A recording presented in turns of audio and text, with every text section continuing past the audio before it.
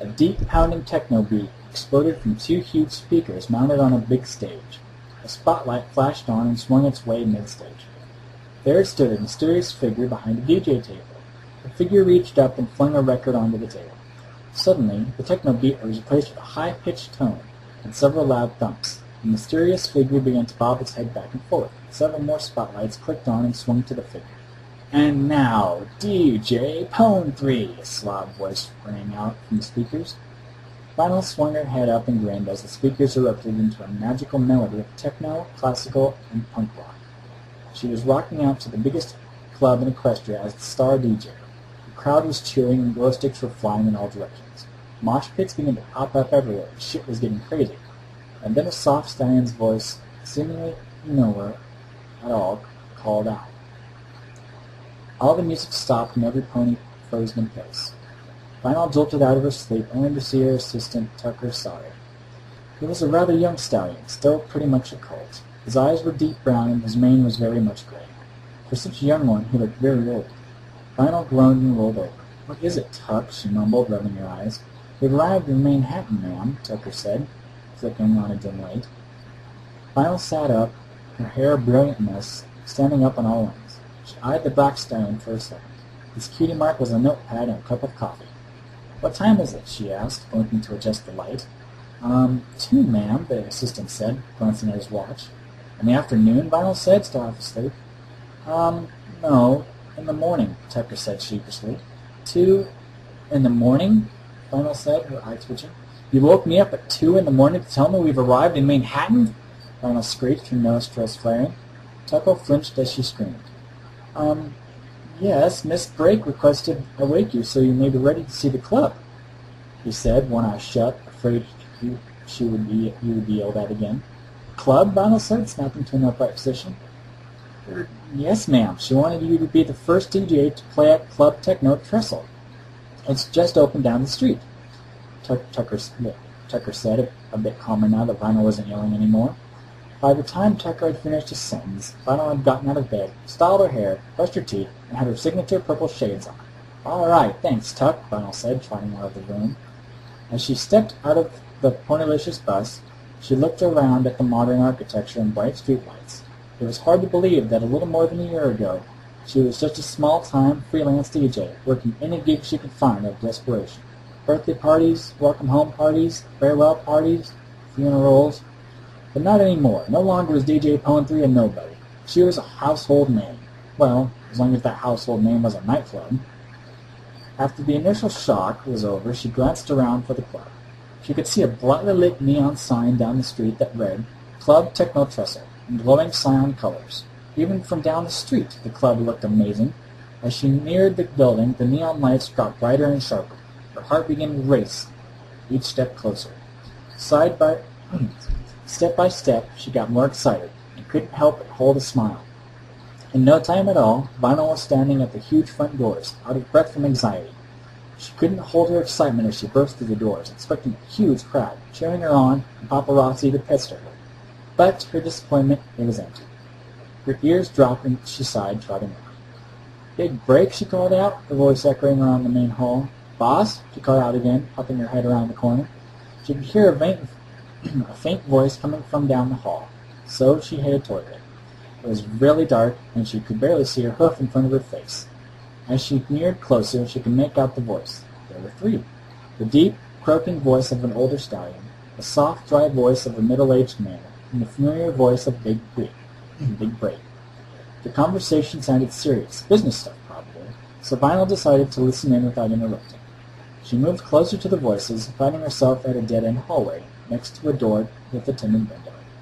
"Please, please don't!" Big Break cried, obviously begging. "My apologies, Big Break. We have evidence that you have been trafficking drugs for the past 8 years. Due to your ignorance of the law, we've been forced to," said the heavy-voiced stallion, who paused to search for a word, "eliminate you." The man finished the sentence for him.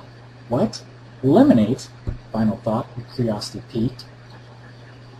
She poked her head through the door, only to find it led to a dark alley. Big Break was leaning against a wall, her face bruised and bloody. The other 2 ponies were wearing classy black suits and had a pair of silenced pistols in their hooves. Wait, what? How in the world were they holding pistols? Violence stuck her head out. Vinyl stuck her head out more, and upon further inspection, it seemed like they had some strange, boot-like devices on their hooves. It allowed them to hold the pistols in their hooves instead of their mouths. What the hell? Who are these ponies? And what the hell is that on their hooves? Vinyl pondered. Wait, hold on. We can work something out. Please, Drake cried, tears streaming down her face. Vinyl's eyes widened. It was like watching a movie. Strangely, she wished for some apple fries to eat. What? Sorry, Miss Brake, said the mayor, but we can't do that. Without warning, the two suited ponies opened fire on Big Brake. 18 bullet holes popped up all over Brake's body, spraying deep crimson blood across the wall. Brake tried to scream, but when she opened her mouth, blood flooded from her lungs and poured out of her mouth. Vinyl watched her on with horror as what looked like gallons upon gallons of blood seeped, sprayed, and poured out of her boss's body. As horrible as it was, she couldn't help but stand there and watch. The stallion fired one last shot into Big Brake. He fired on her cutie mark, instantly making it disappear into a dark hole that filled with blood. Both of the shooters sighed and turned around. Unfortunately for Vinyl, she was still frozen on spot, staring at the bloodbath before her. Who? Started the stallion, but he was cut off as Vinyl kicked him into the wall and sped off down the alley, tears flooding her eyes. I just witnessed a murder! A murder! Vinyl thought as she sprinted down the alley as fast as she could, and now they're going to kill me! Vinyl didn't stop running until she was at least 2 blocks away. She was still slightly blinded by tears in her eyes and couldn't see where she was going. She took a right turn quickly and stopped to catch her breath. Her boss? A drug dealer? 8 years? No, Big Brake didn't seem like that kind of pony that would do something like that, right? She wondered if Tuck knew anything about it, and then she gasped, Tuck! What if they went after Tuck next? Oh no, that poor little stallion! She looked back over her shoulder to the street. No sign of him. Good, she thought. I lost him. Unfortunately, she found herself in another alley. A brick wall in front of her. Oh great, a dead end. This is grand. This is when murderers creep out of the shadows and kill you with a really big knife. She shook her head. That was a stupid thought. Damn it, Vinyl Scratch, you've watched too many movies, she said to herself. Yes, you do, called out a cold voice. Vinyl turned around and was face to face with the 2 suited killers. Alley was a bit more lighted than the other, and she could better see the 2 ponies before her. One of them, a stallion, was a deep red or orange, and a black mane.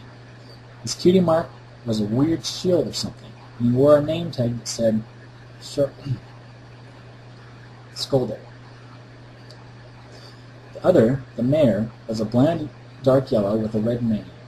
She had the exact same cutie mark. Her name tag reading Mully. Oh jeez, X-Files. Vinyl attempted to scream, but the stallion held her mouth shut. Don't scream, he said calmly. We aren't going to kill you. He flashed a warm smile at Vinyl before he let go of her mouth. No, leave me alone, Vinyl screamed in terror. The mare now held her mouth shut. Shut the fuck up and listen, she barked, letting go of Vinyl's mouth. Vinyl then shut the fuck up and listened.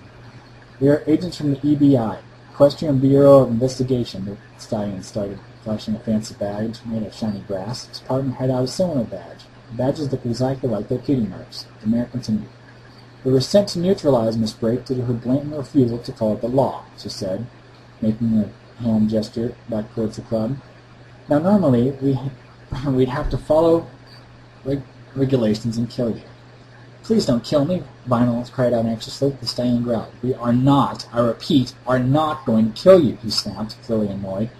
Right. We decided it would be more beneficial to the EBI if we were to... He paused to think. The mayor stepped in for him. If we were to adopt you into the agency, she said. Adopt? Don't you mean abduct? Vinyl's question, calming down a little.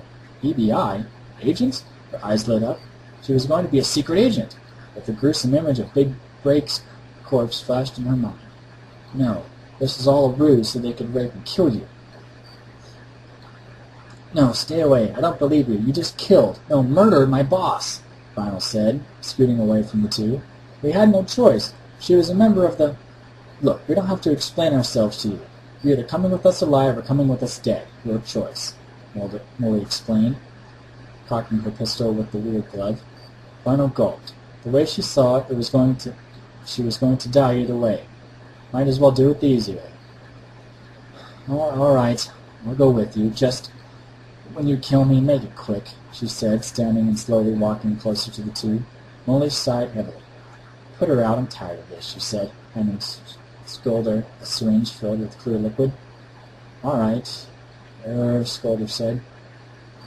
Final, Rail told him. Why was she introducing herself to murders? Something about Scolder made her feel safe. Maybe he wasn't going to kill her, but she wouldn't put it past Molly to do it. All right, Vinyl, hold still. This'll hurt for a minute, and then it'll all go away. Scolder smiled and jabbed the needle point into Vinyl's neck. She felt the pinch, and then everything started to spin. She felt weightless. That is, until she hit the concrete floor.